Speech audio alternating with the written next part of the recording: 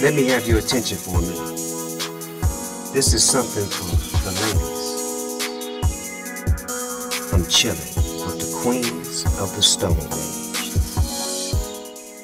Hey everybody, thanks for coming. Welcome to Queens of the Stone Age. We are a podcast produced by Mira Media, which is a cannabis-focused media company founded by Snoop Dogg. My name is Mira Gonzalez. I am your host. And today we are here with Elizabeth Nichols and Michelle Taylor. And instead of me just reading off their bios and being boring, I'm going to let them introduce themselves. You want to start, Elizabeth? Sure. My name's Elizabeth Nichols. I'm chairman of the board of the Texas Cannabis Industry Association. I am also an owner and general counsel for Medicine Man in Denver, which has one of the largest cultivations in Colorado. We also have 4 dispensaries. I'm a co-founder of the Rosebud Group, which is a fund created specifically for marijuana investments, and I'm also a shareholder of the ArcView Group, which is an angel investor forum for investors who want to invest in cannabis. Great, thank you. And Michelle? Is that one on? There's another mic right next to you. There we go. Okay. I am not all of those wonderful accreditations. That was amazing. I feel so normal. I am Michelle Taylor. I'm the founder and CEO of the Zella Company. And unlike my very esteemed co-guest here, I have a focus on doing events and rentals and interior styling and design. So why am I here? I suffer from lupus, which is an autoimmune disease, and I'm very active in leveraging CBD and cannabis to make me feel better and to educate others on how to leverage also the products to make them feel better. Great, thank you. Yeah, and so what we're going to be talking about today is just sort of widely cannabis advocacy in Texas, where we are, currently in terms of legalization, and what we all can be doing more to be able to speed that along. And so we have Michelle here to sort of talk to the personal aspects of, how cannabis and how CBD can be helpful for chronic illnesses on a personal level. And then Elizabeth to sort of talk about the legal side of things and what we can all do to advocate. So on that note, I would be interested, let's start with Michelle. How did you discover CBD specifically as a treatment for lupus? What was your relationship to the plant before that, and how did you get to the point where you used it as a medicine? Okay. Well, I probably have the same introductory story as most of us. And somewhere in college, I learned about cannabis. And from that point, I realized that there are definitely some medicinal effects that were of value to me as a young person. I kind of took a break from that. And when I was diagnosed with lupus, a friend of mine had very close connections with I call him a medicinalist, who came to my house and had a number of different treatments, from oils to flour to inhalants to you name it, and sat down and talked to me about what my actual symptoms were, where my pain points were, and really kind of prescribed to me what would work. And I was hopeful but a little bit skeptical. And quite honestly, at the moment I put a CBD rub on my elbow, I almost started to tear. Wow. Wow, so it really affected you pretty significantly. It was an incredible effect. And from that point on, I've tried to find ways to different ways of combining and making my own little concoctions, because unfortunately, there isn't that one thing. Right. Yeah, you sort of have to figure it out for yourself. Now, Yeah. was this after already having had some experiences with doctors prescribing you, pharmaceuticals and things like that, trying to help you with your lupus? Unfortunately, they were not able to. Oh, wow. Many of the doctors, and to be diagnosed with lupus has been about a 7-year journey for me, because that's something I hear from a lot of chronic illness patients. It's almost impossible to nail it down. And so in that process, we were talking earlier about if you can't really nail down the actual symptoms, and it's very difficult for the doctors to give us a prescription. Right. They can say, hey, I would recommend trying maybe something like this. Right. You know, we don't want them to lose their medical license or anything, but at the same Yeah. time, you know, they couldn't prescribe and still can't. I Right. can't get a prescription. Right. So, you know, I'm from California, where the laws are quite different for marijuana than they are in Texas. And so I do, you know, I wondered, when you were growing up, when you were, you know, maybe trying out cannabis early on, and things like that, was there sort of a moment where you went from, oh, this is something recreationally that I could do, to, you know, being like, well, this is a medicine for me, and, you know, I want to advocate for it the way that you are now? Like, what was it, catalyst for your advocacy, would you say? I actually didn't have as much of an aha moment from having, you know, recreational use wherever to really looking at it medically. It was being introduced to the idea that this was possible, and knowing that obviously there are medicinal effects in and above and outside of my lupus treatments, but that's all I knew. And so a friend of mine, like I mentioned, a friend of mine just said, hey, why don't you try this? And it wasn't out of her own knowledge or experience with leveraging for autoimmune. It was simply because she said, hey, this guy really might be able to talk to you differently about it. Okay. And that was maybe 4 years ago. And since then, it's become, I seek out these kinds of options because medically, I have, lupus brings on a lot of symptoms of anxiety and depression and weight loss, weight gain. There's so many things. And there are medical prescription drugs that we can take for that. Then those would have an impact on the actual lupus drugs you can take. So trying to find a way to have a good balance between pharmaceuticals that are, you know, written out by my doctors and CBD and cannabis, to try and have a good balance where I'm not too overwhelmed mentally, emotionally, but I'm feeling the balance of the effect physically. Right. And so, yeah, I would love to use that as sort of a way to transition into just medical cannabis in Texas in general. So obviously in Texas, as most of you probably know, and as I found out on Google just last week when I was researching, cannabis is not legal in Texas. What is legal, and correct me if I'm wrong, is if you have epilepsy and you have tried 2 or more pharmaceutical medications that have not worked for you, then you can get a medical marijuana prescription if you have 2 signed physician's notes. Is that right?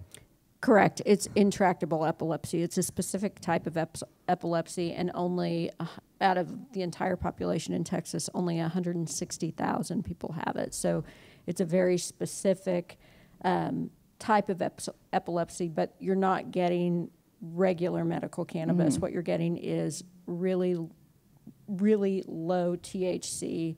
It can't be more than 0.5 in THC and mostly CBD. Now, is that in the form of an oil, or is that flour? It's oil. It's oil only. Okay. Yes. And so of the people who, the population that has intractable epilepsy in Texas, how many of those people, if you know this, have a medical marijuana prescription for this CBD? 600. 600 out of how many again? 160,000. Wow. Okay, so 600 out of 160,000. That is very few.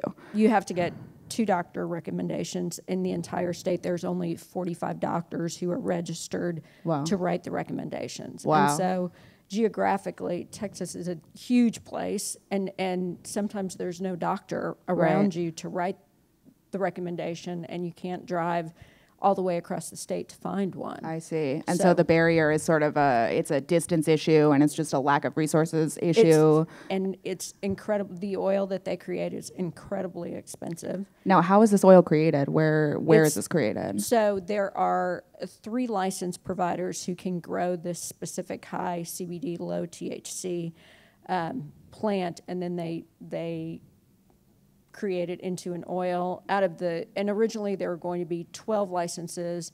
The state decided that no, for these 160,000 people, we're going to only give you 3 licenses. One of the, from my understanding, only 2 of those license holders are operating right now, and they're not, I mean, you can't make any money. You've got 600 patients statewide. Right, who only need so much CBD each. And then, I mean, so it's literally only 2 licenses to make the medication at all. Right. There's 3, but 3. two are using them. 2 are operating. Wow. Okay, so that's like an extremely restricted medical marijuana program then. That's like, is it the most restrictive in the country? I would say yes, Yeah. definitely. Okay, and so Michelle, you live in Texas, is that right? I do. And so living in Texas, what has your experience been like with trying to get, medical CBD for a chronic illness that, is, like you said, very difficult to diagnose and something that's really tough? It has been an uphill battle, and at this point, it's almost, I have to wait for legislation to pass. Oh, wow. At this point, because So you haven't been able to even get it? No, again, lupus is so difficult in its symptoms, and sometimes it can present itself as other autoimmune diseases. So because of the variety of the strains of lupus and how it's categorized, it's not even a candidate. It's nowhere near a candidate. Right, because right now epilepsy is the only qualifying condition. Right, and it is. Thank goodness it's not at that level. Right. And so it doesn't even seem at this point to be something that is going to be pursued legislatively, unless there's kind of an across the board. Mm-hmm. Yeah, and so I mean that's sort of why I wanted to have both of you here, was just so that you are really able to speak to the experience of somebody who does have a chronic illness, looking to get this medicine, and how actually difficult on a personal level that can be, even for somebody who has resources and who is able to go to the doctor for your illness in a regular way. And so on that note, I would love to discuss some of the bills that are currently seeing committees in the House or being shown through the House. Specifically, I wanted to talk about, there's House Bill 3703, which for those of you who don't know is the bill that is going to be extending the Compassionate Care Act, which is the law that allows people with epilepsy to get medical cannabis. And so, Elizabeth, I wonder if you want to talk to that a little bit and what exactly that is, in addition to House Bill 63, which is a decriminalization bill, and how those two relate. Sure.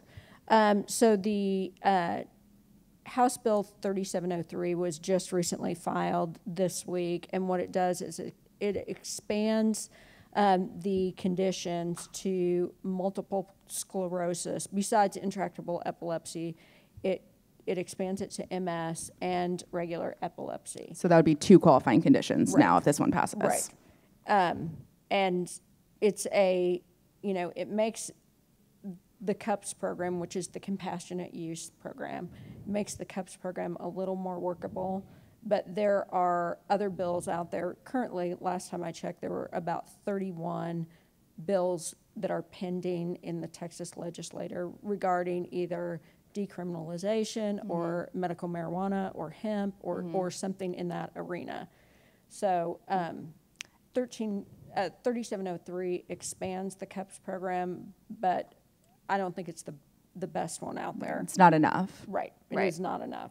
And so there's, we were also talking about House Bill 1365, which would be sort of a true medical marijuana program if it did pass. Do you want to talk on that a little bit? Yes. 1365 takes away the requirement of the incredibly low THC and expands the conditions that can be used. And it's a true medical marijuana program like they initially had in Colorado. I mean, it's a true medical marijuana program.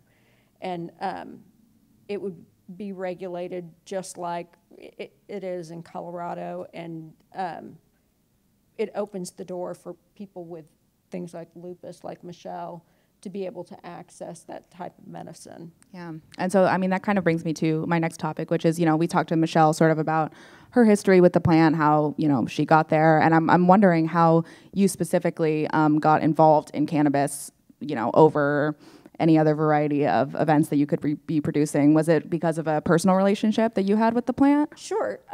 My partner, about 8 or 9 years ago, said to me, he's like, why don't we figure out, I'm an oil and gas attorney by trade, and he said, and I would do these oil and gas investment deals. He said, why don't we figure out... Oil and gas attorney, that's so fascinating. And he said, why don't we figure out how to invest in cannabis? And I was like, I don't know anything about cannabis. So you didn't smoke it at the time? You were not familiar? I'm not going to say that I didn't smoke it at the time. I'm not going to decline to state, plead the fifth.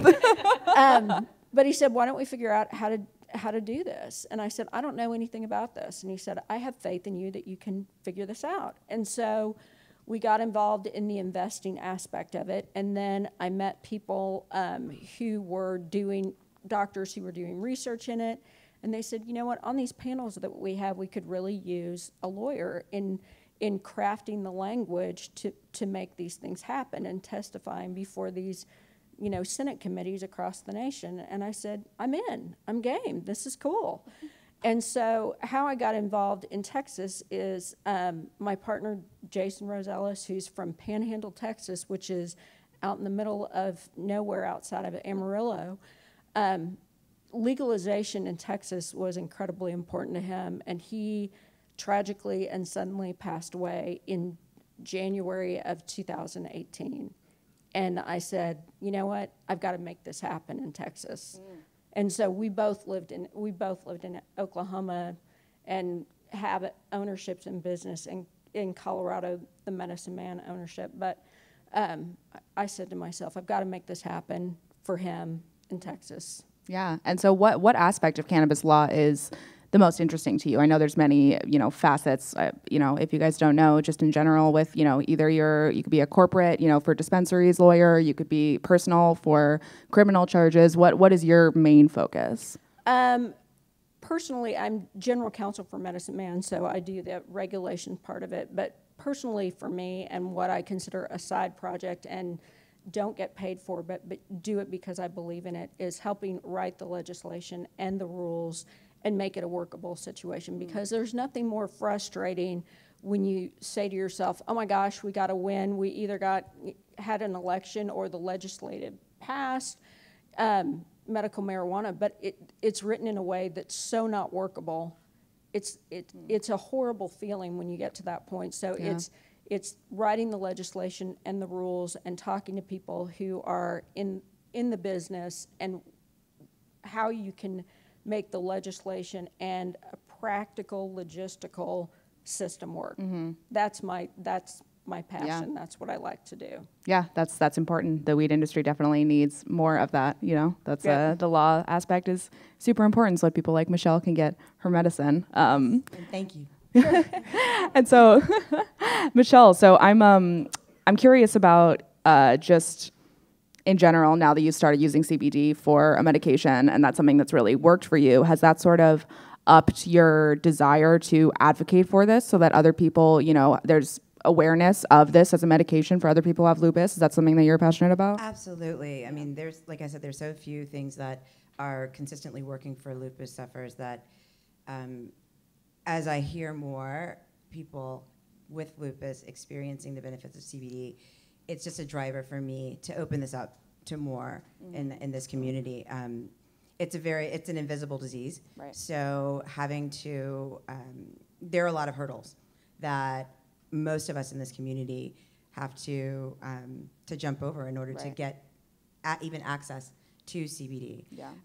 And then the hurdles of all of the stigmatized things around it. So yeah, what are some of the main misconceptions that you see in terms of lupus and specifically using cannabis as a medication for lupus when you talk to people about this who maybe aren't as aware of the industry or aren't as aware of being chronically ill? What are sort of the main misconceptions that you find yourself having to correct in people? Most of them are around just not an understanding of the difference in the CBD and cannabis products that I have been using and smoking a joint. Can you talk to that a little bit? Yeah, for sure. And where the CBD products, particularly the oils and the creams, are an immediate effect, it doesn't have an emotional or a mental pull. It really gives you direct point access. And so these are like topicals, right? Topical medication.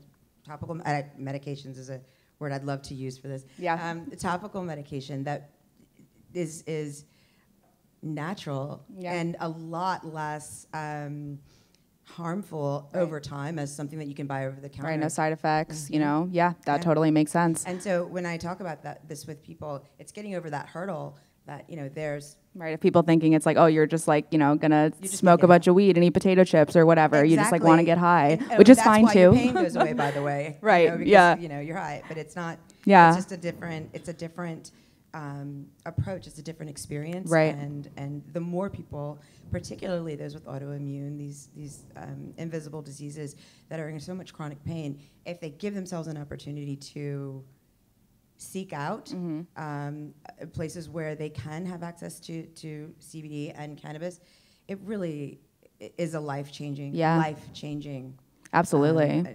Experience. Yeah, and you know, I mean, I've got a lot of close friends who, you know, have chronic illnesses. One of my closest friends has Lyme, and it's the kind of thing where, from what I see, you know, when you go to the doctor, especially as a woman with these illnesses, you know, happy International Women's Day, doctors can tend to, you know, either not believe you or not understand what the illness is, you know, and being able to go somewhere like a dispensary or something like that where, you know, it's more welcoming, more accepting of something where it's not necessarily publicized. It's not necessarily something that a lot of people know about, you know? I mean, it's like when the guy that I was mentioning earlier that started offering me all of these things, I was like, wait, you exist? Wait, what?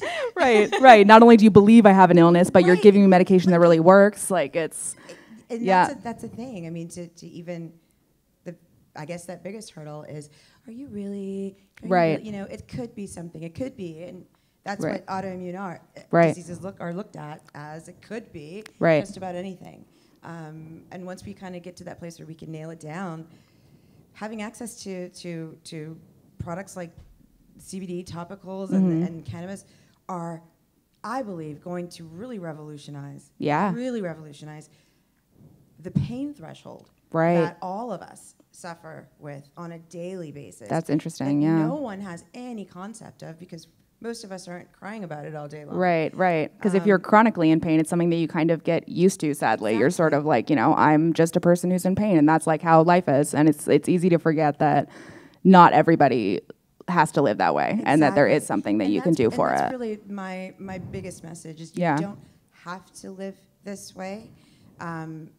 I'm not, you know, I can't guarantee it to work for everyone. Right. But of those people that I know, and I do communicate a lot with some national lupus organizations, and one of the things that I try to put out there is, hey, if we're banding together and going back to kind of the legislative aspect of it, if we're all coming together to talk about what the benefit of what we're being exposed to has for us, we can be a voice. Maybe it's a small voice, but we're a voice of 170 to 80,000 cases of lupus just here in Texas. Right. I mean, and yeah, that's a large group. And that sort of brings me to, you know, my next question, which is for Elizabeth, but also for both of you, just in general, you know, how chronic illness sufferers and people who need cannabis medically are contributing currently, and how they might be able to contribute to advocating for recreational adult use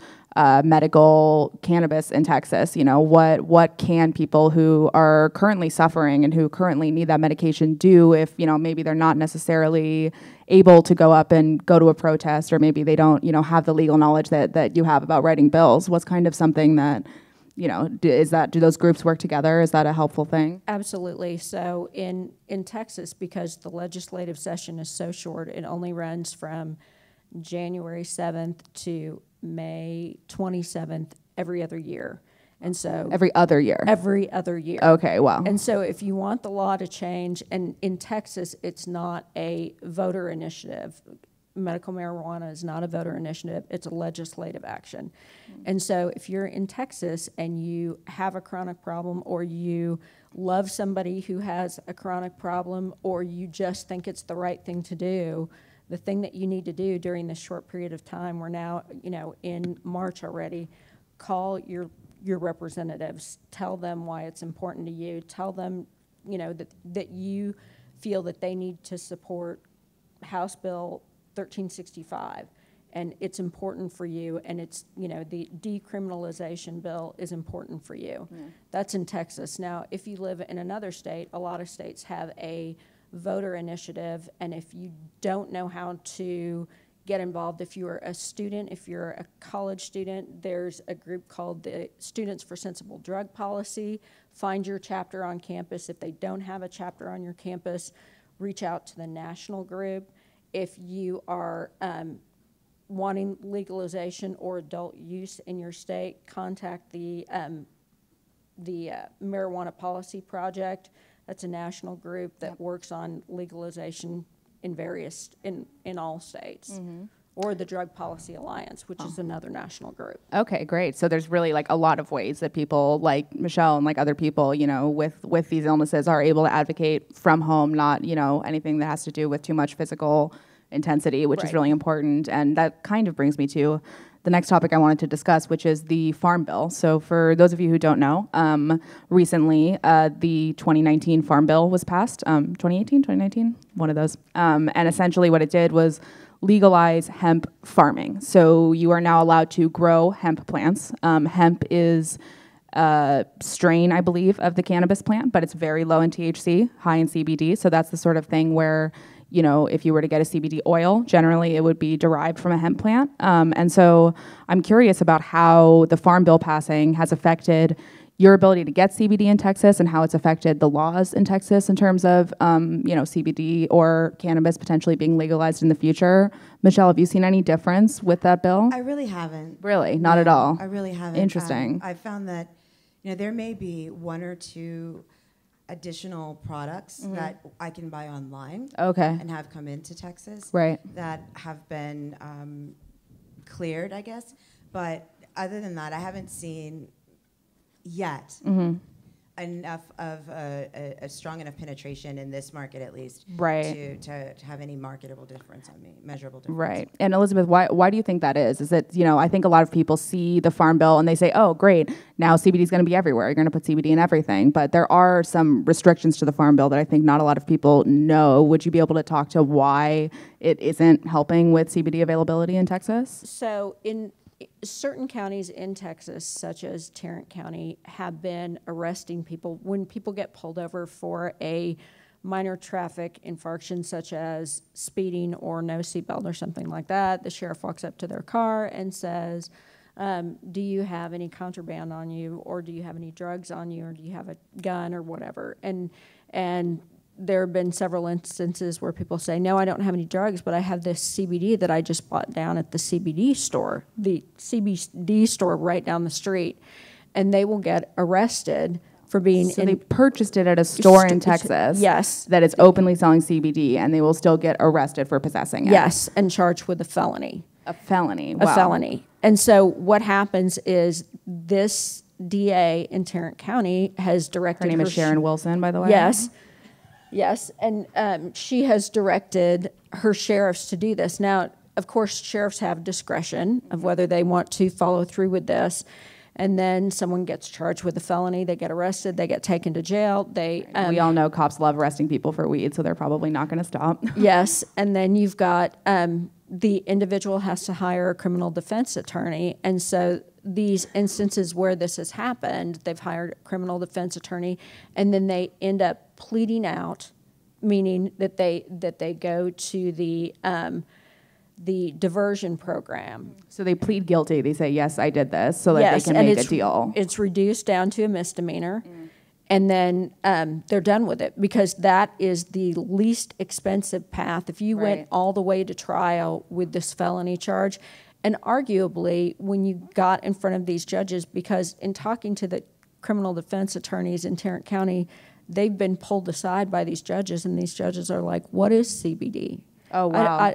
So there's just a lack of knowledge, like a serious lack of knowledge. And you know, this DA is picking on the weakest link. I mean, if you really don't want CBD, which I don't agree in that interpretation of the law, but you should go to the store owners. You shouldn't be picking on the individual who bought a product at a store. If you really don't want CBD in your county, again, I don't agree with that, but go to the store owners, go to the source. Because if you're going to go for, you know, drug bust, that's the kind of method that you're going to be taking for CBD, which again, I don't agree with. Right. But, you know, why would you go after a drug user versus going after a drug dealer? One's going to get much more drugs off the street than the other one, which is simply using the drugs. Right. And it's a fear tactic. Right. It's a fear tactic to scare people. Right, right. And yeah, I mean, I think that, you know, fear tactics are a huge thing that's been used in marijuana for centuries, decades, you know. It's been a really long time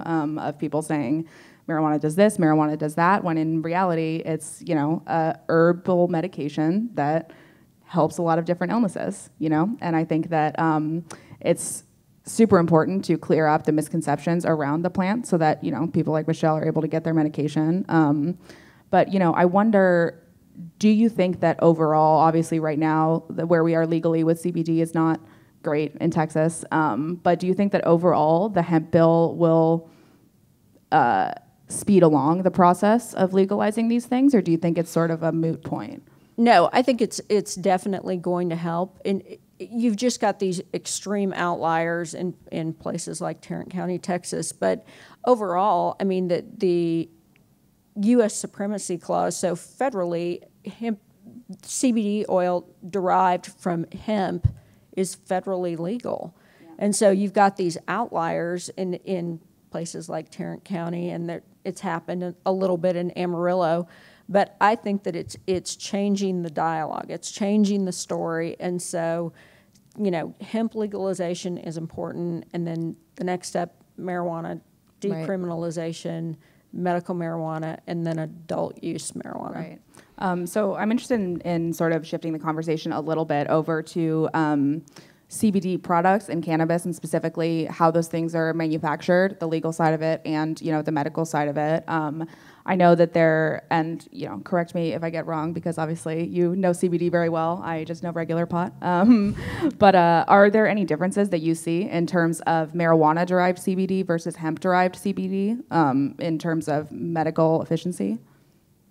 I would put them on par in terms of medical efficiency. I do feel like there's a little bit more of the entourage effect, I believe, is what it's called. I think that's a good one. Yeah, that's when all the cannabinoids in the marijuana plant, in addition to CBD minus THC, work together to help medically. Is that right? Yes, exactly. Yep. You nailed it. Yeah. Yep. So I mean, and I would love for this to be a discussion where we can say, oh, you know, we'll take our pick, you know, but we're not there yet. Right. And so it is kind of a take what you can get, what you can find, what you have access to, and then also being really careful though, and because you don't really know. Right. If you're buying it online, you need to figure out what the ingredients are. You don't know exactly are. what the source is, and you know, I have another great friend who has a big backyard, so you know. That's always a good friend to have. I'll get a great rub out of it. So we're going to go into our Q&A portion soon, but I sort of wanted to end with just having both of you say, you know, for people who maybe aren't as familiar with the plant, or maybe they are familiar with the plant but aren't familiar with the advocacy side of things, what would be your advice to somebody who comes to you and says, hey, you know, this is something that I'm really interested in, something that's important to me, and I'd like to advocate for legalizing in Texas? What would be your advice for their next immediate steps? Why don't we start with Elizabeth? Joining the Texas Cannabis Industry Association, I would say first. Second, I would say call your representative. We don't have very much time. The clock is ticking. And today is actually the last day to file any bills. And then so from today until May 27th, we've got to get these legislators paying attention. Otherwise, you'll have to wait for 2 years. Is that right? A year, technically a year and a half, but until January 2000, I'm doing my math, 2021. Right. So, so it's vital to get, and that's House Bill 1365 and then House Bill 63, or the medical marijuana decriminalization. Yes. And so it's vital to get both of those passed before the end of May, basically. Yes. Got it. So call your representatives. That's important all around for a variety of different things. And Michelle, what advice would you give people who are either chronically ill or want to just advocate for this for someone maybe that they know? Or I would echo what Elizabeth was saying. I think making sure that your voice is being heard as best you can with the legislative office and your representative's office. However, I also believe that, as I was mentioning before, when you are a part of a specific group that can see benefits from this, and it's not as broad as the full medical marijuana advocacy. Right. Like being part of the lupus community, for example. Being part of a lupus community. We're small, but we're growing. Right. And I think if you find your voice as a collective around a very specific initiative as it pertains to decriminalization, adult use, whatever the gamut is, right, we can be louder than just one voice. Yeah. And we all have the same experiences that we can kind of get behind. Right. So your advice would be find a community of other people who share similar symptoms, similar illnesses with you, and feel part of that community. That's something that I've heard from a lot of chronically ill people, is that finding a community is very important. To, you can easily feel very isolated. Yeah. It makes a lot of sense. So I'd like to now to do a Q&A portion. So if anyone has any questions, you just throw a hand up. Anybody? Yeah. I'm gonna throw the one maybe to Elizabeth, because I've lived in California all my life, so I might not be the best. Sure. There are so many groups in, like the Texas Cannabis Industry Association. There are other there's NORML in Texas. There are other groups that are working on that. And I would say all you have to do is reach out to one of those groups, and they've got, hundreds of people nationwide. So you name the area, and they can direct you to the person. It's a huge network of people. And even though, and that's exactly like you said, what's so exciting about the cannabis industry is it's such a new industry. And as a woman, I mean, the first ArcView Investor Conference I went to, I was like the only woman in the room. And it was a bunch of white dudes. And so now it is not that way. That was like 6 or 7 years ago. But what's so exciting about the industry is you can help form it. You can be at the ground floor. You can, make it into something better.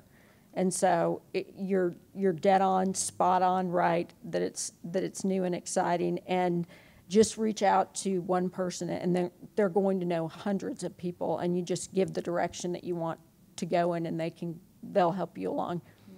Yeah, and I will also say, as a journalist and editor myself, I think a really good way to get into the cannabis industry is via journalism, via writing, via reporting on these laws. I think that's a very important aspect of the industry in terms of spreading awareness. And I think that's something that journalists are really specifically capable of doing. And I would love to see more journalists shift over to the cannabis space, specifically, especially women. I think it's important to have a lot of us on the ground floor, because we're super cool. And I'd also like to add to that, all it takes is one journalist writing a book that says marijuana is bad, that deflates and moves everything back. So the more journalists that are involved, and you can take it point by somebody's, article about how marijuana is a gateway drug, like that's one of the oldest, most ridiculous. Not a gateway drug. It's been disproven. But just point that out over and over and over again, because it just takes one article with no facts. Yep, absolutely. To deflate all of the progress that we've made, because people are scared of new things like legalization of marijuana for medical purposes. Even they're afraid, and so if they've got one article, even though it doesn't have scientific facts supporting it, right, then people get scared and they go, oh well, maybe we're moving too quickly. But journalism is so important in cannabis. So important, and especially like you're saying, when you see somebody, and I want to call it the name Berenson. I'm sorry if that's wrong, but somebody wrote a, right, is that right? Alex Berenson? Yep. And actually, have you seen on his Twitter feed, so he has on his Twitter feed, anybody who can find any inaccuracies in my book, I'll pay you $200. Oh, I'm going to get a lot of money today.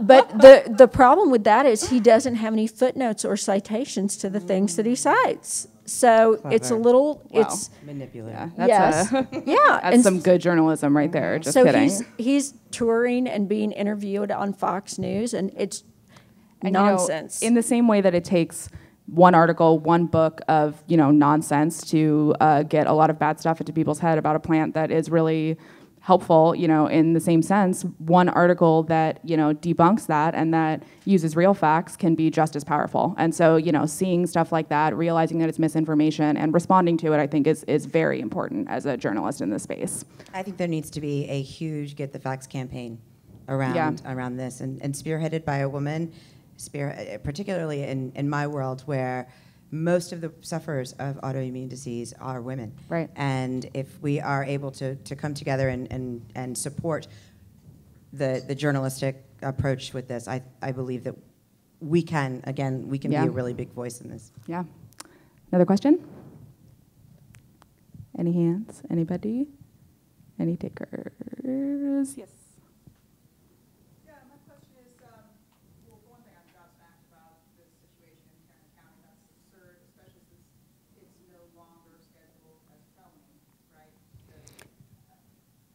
Her interpretation of it is that, well, she states that it violates the CUPS program, the Compassionate Use Program. And so we're talking about the DA who is arresting people for CBD, is that right? Right. And so these individuals, it violates it because they, A, don't have intractable epilepsy, that B, they're sending this CBD that they collect off to the state agencies to be tested. Who knows what that, how that process goes. I'm not calling into question that, but every lab has a different process for testing marijuana, and they all come out with different results. So that's definitely always something to keep in mind. And so her position is that it violates Texas's CUPS program. So, and that's how that she's circumventing the fact that the Farm Bill has passed. But it's still outrageous. So she's able to arrest people essentially because even though federally it's legal within the state, it violates the CUPS program. And so she's going by state law. Is that right? Correct. Which violates the supremacy clause. Yeah. Wow. That is horrifying. Let's see. I think we have time for one or two more questions if anyone's got one. Any, throw your hand up in the air like you just don't care. Yes, go ahead.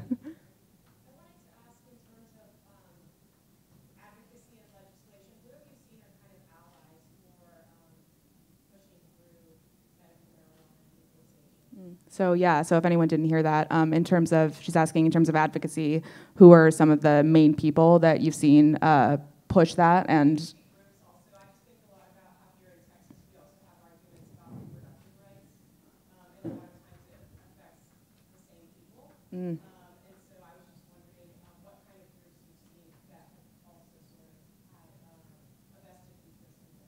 so groups that have had vested interests in legalization medically and, the overlap there in terms of other women's rights issues, in terms of pro-choice and things like that. What are some groups that you guys have seen? Obviously, the ACLU is a big supporter. Another forming group is there has been science out there that has shown that medical marijuana helps people with opioid addictions. And so there are over, I think, right now 40 counties in Texas that are suing the opioid manufacturers because of putting opioids out there, and there are so many opioid deaths occurring. And so the anti-opioid groups are becoming an alliance with the legalization of marijuana.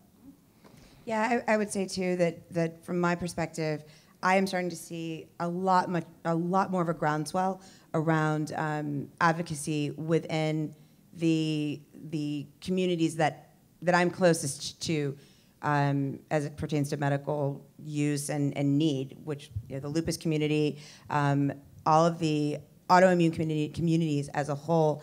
And I've also noticed that the advocacy is becoming more and more of a topic within these communities. And so that to me is showing that we haven't quite gotten to the point where we are super loud as an organization or as a community in the autoimmune overall. And sorry, that's kind of what I can speak most educated from. But as we are continuing to learn more about it and get more support and people that are coming out, a lot of celebrities are now coming to the forefront and talking more about their autoimmune diseases and getting providing a lot more support for these groundswell organizations that are trying to get more closely toward legislation. And also the veterans groups, they've been shown that PTSD is helped by medical marijuana, and a good friend of mine, Dr. Sue Sicily, is doing research. She's one of the only FDA-approved medical marijuana research programs dealing with veterans and PTSD. So we get a lot of support. There's a lot of support from the veterans group. So, Oh, good to know. I think we have time for one more question. Anyone just, yeah? When will the show be available to download? That is my favorite question. That is also a good question that I would direct towards my producer, who's giving me a note that says next week. So it'll be available next week. And you guys can also check out the show on Apple Podcasts, on iTunes, anywhere that you get your podcasts. We are there, and there's lots of other interesting episodes with lots of other interesting ladies. Thank you so much to Elizabeth and Michelle. You guys thank have been you great. So much. Great. Thanks, guys. I'm chilling with the queens of the Stone Age.